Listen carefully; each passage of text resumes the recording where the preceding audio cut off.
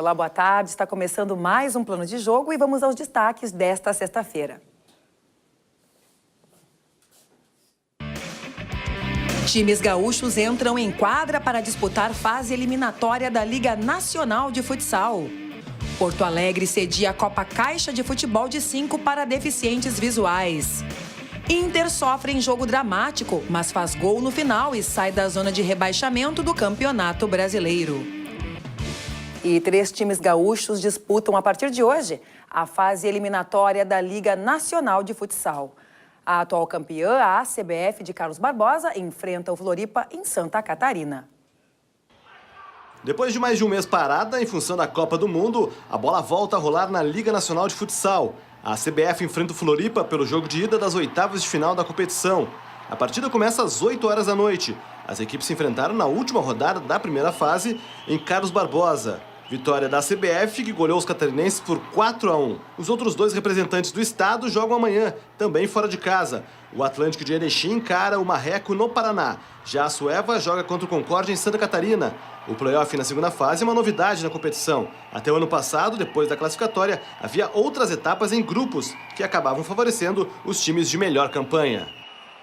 5 brasileiros garantem presença na terceira etapa do Circuito Mundial de Surf, que está sendo disputado em Rossegor, na França.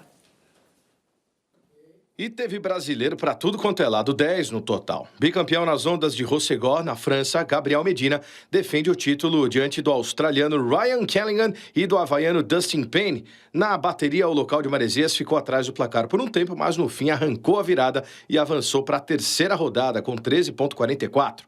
O oitavo confronto colocou frente a frente 3 brasileiros. Ítalo Ferreira, Wigoli Dantas e Alex Ribeiro. Somando 12,46, Ítalo garantiu a classificação. Alex e Wigoli decidem o futuro na repescagem. Na bateria seguinte, Caio Ibelli venceu uma pedreira na estreia. O australiano Julian Wilson e Alejo Muniz, argentino naturalizado brasileiro, que está voltando de cirurgia após 5 meses fora de combate. Quem fechou as disputas com chave de ouro foi Adriano de Souza. O melhor surfista da temporada passada não tomou conhecimento dos rivais na primeira fase, somando 14 pontos em uma contundente vitória sobre o taitiano Michel Bourret e o Aussie Adam Melling. Mineirinho foi o 5º do Brasil a avançar diretamente à terceira fase. E em Porto Alegre vai acontecer uma importante competição para deficientes visuais. É a Copa Loterias Caixas de Futebol de 5 Série B. Bem estruturado, o futebol de 5 para deficientes visuais tem 2 divisões. 8 equipes brigam por 2 vagas para garantir o acesso na primeira divisão nas partidas que estão acontecendo no ginásio Tesourinha. Evento de futebol, a gente está aqui com a Série B, que classifica as equipes para a Série A, 2 equipes para a Série A do ano que vem. Agora em São Paulo, a gente tem de 31 a 6 a Série A de futebol, ser realizado em São Paulo, capital, que é o nosso nacional, que são 12 equipes distribuídas do Brasil todo. E a gente tem, além do futebol, a gente ainda tem o goalball esse ano e o judô, os nossos eventos nacionais, que são os últimos do ano. O vice-presidente da Confederação Brasileira de Deficientes Visuais destaca a importância da prática do esporte para o deficiente. O esporte, no contexto da inclusão social, ele é muito importante, porque o esporte, para o deficiente, ele é uma ferramenta de inclusão, né? E através do esporte, o deficiente ele consegue, eu acho que algumas outras habilidades que uma pessoa que não pratica o esporte dificilmente tem, que é a questão do equilíbrio, a questão da locomoção, da questão de espaço. E pela Série B do Campeonato Brasileiro, o Brasil de Pelotas enfrenta o Náutico esta noite no Recife. Uma vitória deixa o Chavante entre os líderes da segundona. E agora vamos para a primeira divisão. Em jogo dramático, o Inter ganha do Coritiba no final do jogo e agora amanhece fora da zona do rebaixamento. Um jogo dramático até o fim, mas que serviu ao Inter com a suada vitória de 1-0 sobre o Coritiba ontem à noite no estádio Beira-Rio. Uma partida com 2 heróis para os torcedores. Primeiro, Danilo Fernandes, depois, Vitinho. O goleiro defendeu um pênalti marcado aos 32 minutos da etapa final. Hernando derrubou o Leandro na área, Juan cobrou e o Colorado defendeu. O outro herói da partida foi Vitinho. Aos 41 minutos, o árbitro marcou falta de Lucas Claro em Valdívia dentro da área. O atacante colorado bateu a penalidade máxima e fez Inter 1-0. Com a vitória, o time chegou aos 33 pontos e ocupa a 16ª colocação, ao menos até o domingo. O Colorado volta a campo apenas na próxima quarta-feira, quando enfrenta o Botafogo no Rio de Janeiro. E a goleada de 5-0 sobre a Bolívia manteve o Brasil na vice-liderança das eliminatórias para a Copa do Mundo da Rússia em 2018. Foi a terceira vitória seguida do técnico Tite no comando da seleção brasileira, que chegou aos 18 pontos, um a menos que o líder uruguai. O treinador avalia o desempenho da equipe. O que eu fiquei feliz? Pela maturidade que a equipe teve, porque antes do jogo, tu mesmo disseste, era verdade, o clima era de já ganhou. Mas já ganhou tem que ser lá fora, não pode ser nosso. Porque nós sabíamos da dificuldade que tem. Nós sabemos o quanto é difícil construir. Eu falei da recuperação física, enaltecendo para que a equipe tivesse. Nós mudamos e tivemos que reajustar todo um trabalho. Porque vinha atleta jogando na segunda, no domingo, no sábado, com 8 horas de viagem, com sono diferente. Isso faz muita diferença. Vocês sabem disso. E aí a gente conseguiu, nas posições e funções dos atletas, com um treinamento tático ontem, eles manterem um padrão igual ao anterior. Isso dá confiança, isso gera no atleta confiança com o desempenho. Isso foi considerável. E se você quiser mandar sugestões, vídeo, algum recado aqui pra gente, envie um e-mail para planodejogo@tve.com.br. A gente vai a um rápido intervalo e já volta.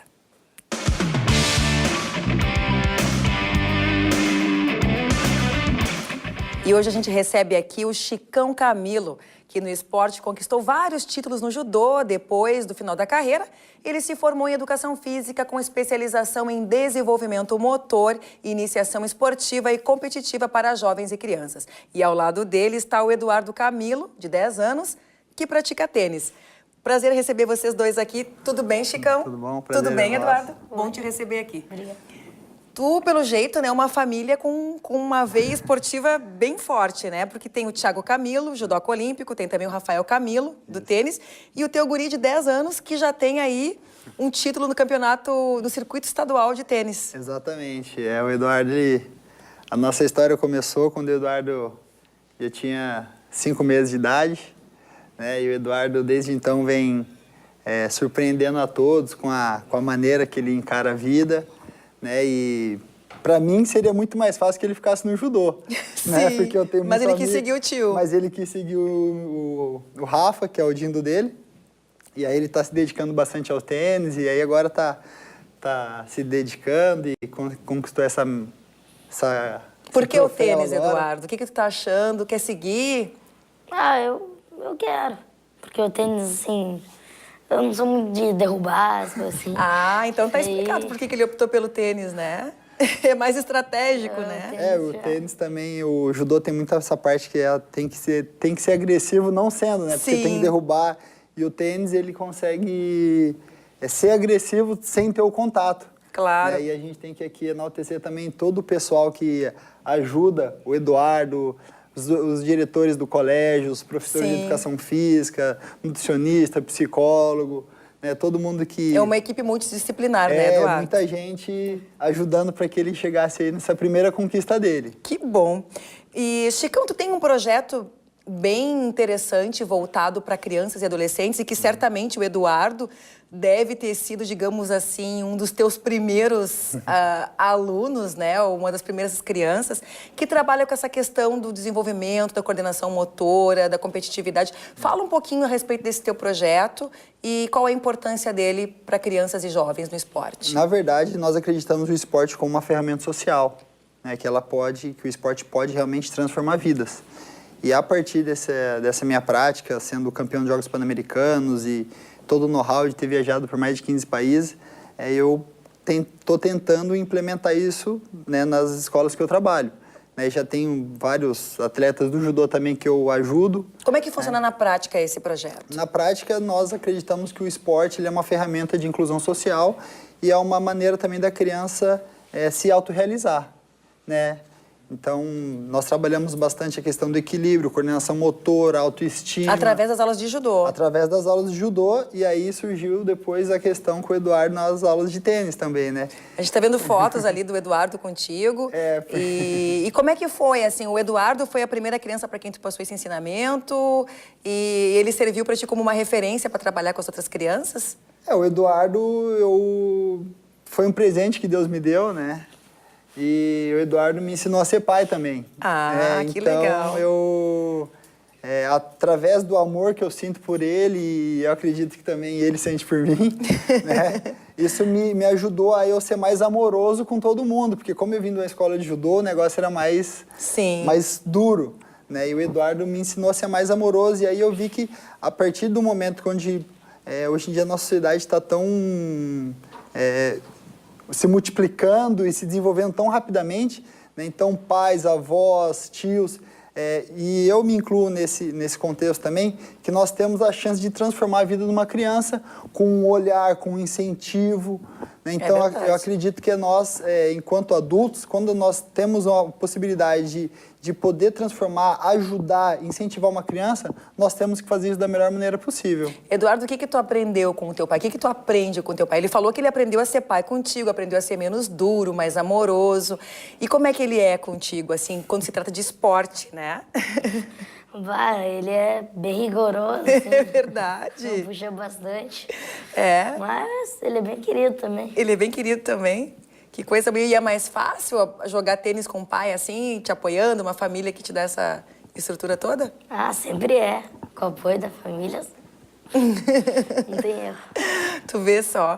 E, Chicão, qual é a importância da participação dos pais nesse processo? A gente está se encaminhando já para o final da entrevista, mas eu queria que tu falasse um pouquinho desse elo familiar, porque hoje o conceito de família mudou bastante, né? Não é não é só pai, só mãe, mas quem são as pessoas que podem incentivar uma criança para a prática esportiva? Todos aqueles envolvidos no processo de educação dessa criança. Um pai, um tio, um padrasto, uma madrasta, né? Muitos avós, eu recebo muito avô, muito avó, né? Muito dindo. Então, todas essas pessoas que estão, de uma certa maneira, ajudando, eu acredito que tem que apoiar, nós estamos passando por tantos problemas sociais nesse país, então incentivar da melhor maneira possível mesmo para que essa criança no futuro possa desafiar os desafios da vida de uma melhor maneira. Ok, eu agradeço muito a participação de vocês aqui e nós temos aqui um telefone também para contato para quem tiver interesse em participar do projeto.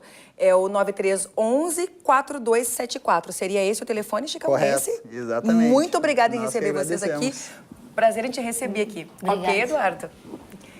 E foi lançada hoje a edição 2016 do The Best Jump, um dos mais importantes eventos do hipismo brasileiro. A competição acontece a partir do próximo dia 27 na Sociedade Hípica Porto Alegrense. A gente fica por aqui. Amanhã você confere o TVA Esporte a partir das 2 da tarde. Um bom fim de semana. Tchau.